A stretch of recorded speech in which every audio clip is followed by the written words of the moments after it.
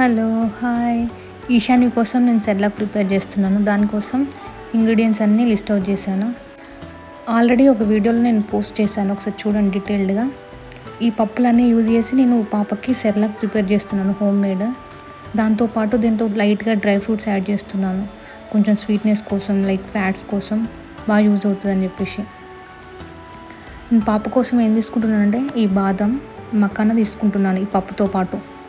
ఈ పప్పులు యూజ్ చేసేటప్పుడు జాగ్రత్తగా ఉండాలి, ఎందుకంటే కొంతమందికి డైజెషన్ అవ్వదు. రకరకాల పప్పులు ఉంటాయి దీంట్లో, సో మనకు నచ్చిన పప్పులు వేసుకోవచ్చు. నేను మాత్రం అన్నీ యూజ్ చేస్తున్నా, తనకు అన్నీ బాగానే పడుతున్నాయి.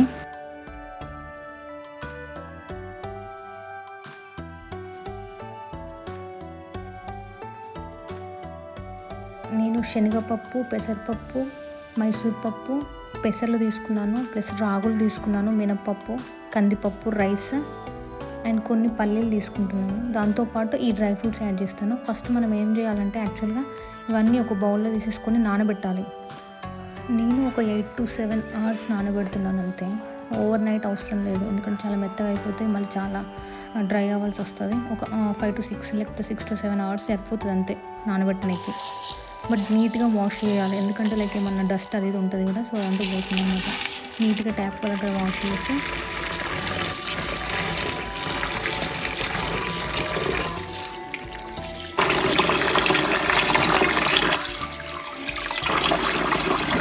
ఇది నానబెట్టాక నేను ఏం చేస్తున్నానంటే డ్రై ఫ్రూట్స్ తీసుకొని వాటిని రోస్ట్ చేస్తున్నాను. ఆ గ్యాప్లో కాజును వాల్నట్స్ కూడా యాడ్ చేస్తున్నాను, ప్లస్ 2 ఇలాచీ యాడ్ చేస్తున్నాను లైట్గా స్వీట్నెస్ కోసం, కొంచెం టేస్టీ ఉంటుందని చెప్పేసి. ఇవి రోస్ట్ చేసి దాని తర్వాత మనకి పప్పులు నానబెట్టాను కదా, వీటిని కొంచెం ఎండబెట్టి వాటిని కూడా రోస్ట్ చేయాలి.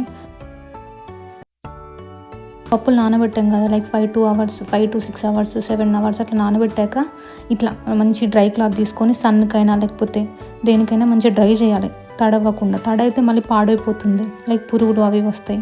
సో అందుకని చెప్పేసి మంచిగా డ్రై అవ్వాలి, దాని తర్వాతే రోస్ట్ చేయాలి.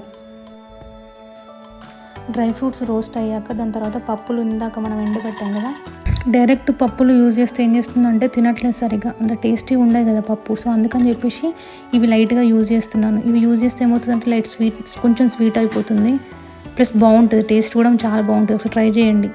ఈ జీలకర్ర ఓమ కూడా వేస్తున్నాను, ఎందుకంటే డైజెషన్కి యూజ్ అవుతుంది అనమాట. ఇది కూడా రోస్ట్ చేసి ఇందాక మనం వాటిని కూడా రోస్ట్ చేసి అది పక్కకి పెట్టేశాక పప్పులు కూడా రోస్ట్ చేసుకుందాం. దాని తర్వాత వీటి తర్వాత ఇలా పప్పులు కూడా మంచిగా రోస్ట్ చేయాలి, డ్రై అవ్వాలి మంచిగా, ఇట్లా పలుకులు అనేది పగలాలి, అంతా డ్రై అవ్వాలి. దాని తర్వాతే మనం దాన్ని చల్లారాక గ్రైండ్ చేద్దాం.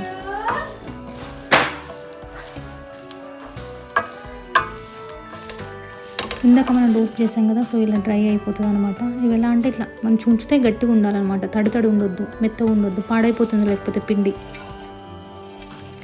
నీట్గా చల్లారాకనే మనం గ్రైండ్ చేసుకోవాలి, లేకపోతే ఏమవుతుందంటే లైక్ పిండిలాగా, లైక్ పౌడర్ లాగా ఉండకుండా లైక్ కొంచెం గడ్డలు అయిపోతుంది. అది బాగుండదు, ఎందుకంటే పాడైపోతుంది. ఇలా ఫైన్ పౌడర్ వచ్చేలా చూసుకోవాలి. దీని తర్వాత మనకి ఎలా అంటే మంచి కంటైనర్, ఎయిర్ కంటైనర్లో పెట్టేస్తే 1 to 2 months ఈజీగా వస్తుంది. పిల్లలు కూడా బాగా ఇష్టంగా తింటారు. దీంట్లో మనకి ఏమైనా కావాలనుకుంటే యాపిల్స్, బనానాస్ ఏమన్నా స్మాష్ చేసి యూజ్ చేయొచ్చు, ప్లెయిన్గా తినబుద్ధి కాకుంటే. లైట్గా కొంతమంది సాల్ట్ కూడా యూజ్ చేస్తారు, మన ఆప్షన్. చలో bye, thank you, see you.